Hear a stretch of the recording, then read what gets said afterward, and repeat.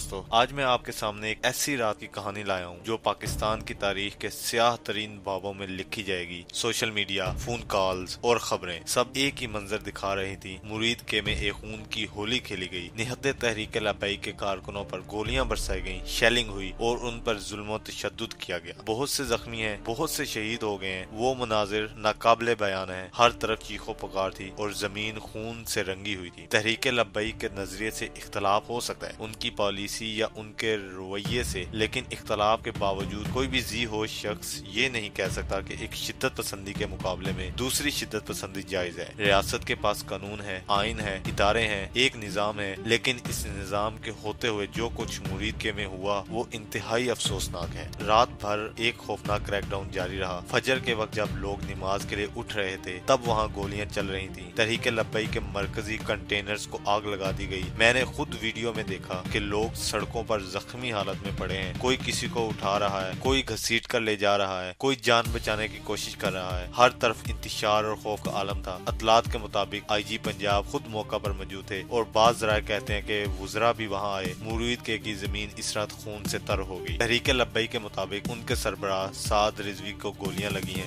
کسی نے کہا کہ ان کے کندھے پر ایک گولی لگی، کسی نے کہا کہ 3 گولیاں لگی، لیکن اتنا ضرور سچ ہے کہ وہ اپنے کنٹینر پر بے ہوش ہوئے اور فورسز انہیں اٹھا کر لے گئیں۔ ان کے بھائی انس رضوی بھی شدید زخمی بتائے جا رہے ہیں۔ کارکنوں کے مطابق ان کی لاشیں اور زخمیوں کو چھپایا جا رہا ہے، ایمبولینس میں ڈال کر غائب کیا گیا اور کسی کو نہیں بتایا جا رہا تھا کہ ان کے کتنے لوگ مارے گئے ہیں۔ دعویٰ یہ بھی کیا جا رہا ہے کہ کچھ کارکن بکر بند گاڑیوں کے نیچے آ گئے۔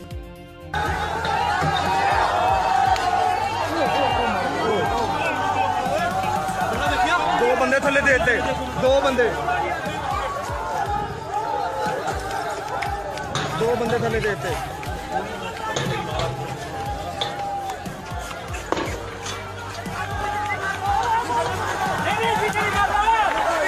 یہ سب کچھ سن کر دل دہل جاتا ہے۔ سعد رضوی مذاکرات پر آمادہ تھے۔ وہ بار بار کہہ رہے تھے کہ ہمیں بات کرنے کا موقع دیا جائے، ہم مارچ ملتوی کر دیتے ہیں، ہم احتجاج ختم کرنے کو تیار ہیں۔ انہوں نے حکومت کو یہ یقین دہانی بھی کروائی کہ ہم دھرنا نہیں دیں گے، بس اپنا موقف پیش کرنا چاہتے ہیں، لیکن جواب میں گولیاں چل گئیں۔ ذرائع سے یہ بھی معلوم ہو رہا ہے کہ فیصلہ ہو چکا تھا۔ اس بار تحریک لبیک کو ہمیشہ کے لیے کچل دینا ہے۔ شاید یہ فیصلہ کسی بڑی سطح پر ہوا تھا، کیونکہ حکومت کو دنیا کو یہ دکھانا تھا کہ وہ شدت پسندی کے خلاف سخت موقف رکھتی ہیں۔ لیکن سوال یہ ہے کہ کیا ریاستی رٹ قائم کرنے کا یہی طریقہ ہے، گولی اور لاش؟ کچھ لوگ سوال اٹھا رہے ہیں کہ اگر عرب ممالک اور فلسطین امن معاہدے کو مان گئے ہیں تو ہمیں کیا تکلیف ہے؟ مگر بات اتنی سادہ نہیں۔ احتجاج کا حق ہر شہری کا ہے۔ دنیا کے کئی ممالک میں لوگ سڑکوں پر نکلے، لندن میں، یورپ میں، جنوبی افریقہ میں، کسی نے ان پر کوئی گولی نہیں چلائی۔ And here in London, hundreds of thousands have gathered to say they will not stop protesting until Palestine is free. اگر پاکستان میں بھی کوئی گروہ پر امن طور پر احتجاج کر رہا تھا تو اس پر گولیاں کیوں چلیں؟ اگر شدت پسندی کا خدشہ تھا تو پہلے ہی روکا جا سکتا تھا۔ اجازت کیوں دی گئی؟ اجازت دینے کے بعد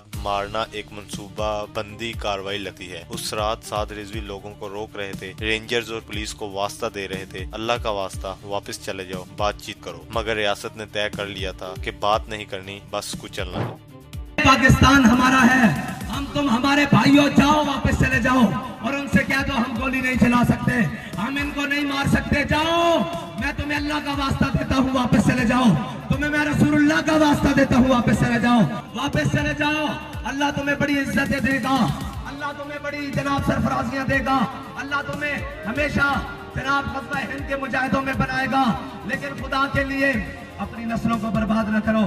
افسوس اس بات کا ہے کہ انہی لوگوں کو کبھی ریاست نے خود قریب کیا، استعمال کیا اور پھر وقت آنے پر چھوڑ دیا۔ اب وہ نوجوان جو گھر کے واحد کفیل تھے لاپتہ ہیں، وہ باپ جو بیٹے کی شادی کا خواب دیکھ رہا تھا اب خود غائب ہے۔ ان گھروں میں جہاں کل روشنی تھی آج اندھیرا ہے۔ تحریک لبیک کے مطابق سینکڑوں کارکن شہید ہوئے، درجنوں زخمی اور کئی گھروں کو مسمار کر دیا گیا۔ میں خود ہمیشہ ان کے نظریے سے اختلاف رکھتا آیا ہوں، لیکن میں ان نہتے انسانوں پر گولیاں چلانے کو کسی طور پر جائز نہیں کہہ سکتا۔ ریاست سیاست کو قانون کے تحت چلنا چاہیے، طاقت کے نہیں۔ آج اگر یہ ظلم ان پر ہوا ہے تو کل کسی اور پر بھی ہو سکتا ہے۔ تاریخ نے ثابت کیا ہے کہ ظلم ہمیشہ باری باری سب کے دروازے پر آتا ہے، لہٰذا یہ وقت ہے ہم سیکھیں، اختلاف رائے کو برداشت کریں، قانون کو مقدم رکھیں اور ظلم کے خلاف آواز اٹھائیں، کیونکہ اگر ہم خاموش رہے تو کل جب باری ہماری آئے گی تب شاید کوئی بولنے والا نہ بچے۔ یہ رات ختم ہو چکی ہے مگر اس کے سوال ابھی باقی ہیں۔ کس نے حکم دیا، کیوں دیا، اور کب تک ہم اپنے ہی لوگوں کے خون سے اقتدار کی سیڑھیاں بناتے رہیں گے؟ لاہور کے آسمان پر اب سکوت ہے مگر زمین اب بھی چیخ رہی ہے، اور یہ مرید کی وہ رات تھی جو پاکستان کی تاریخ پر ایک گہرا زخم چھوڑ گئی۔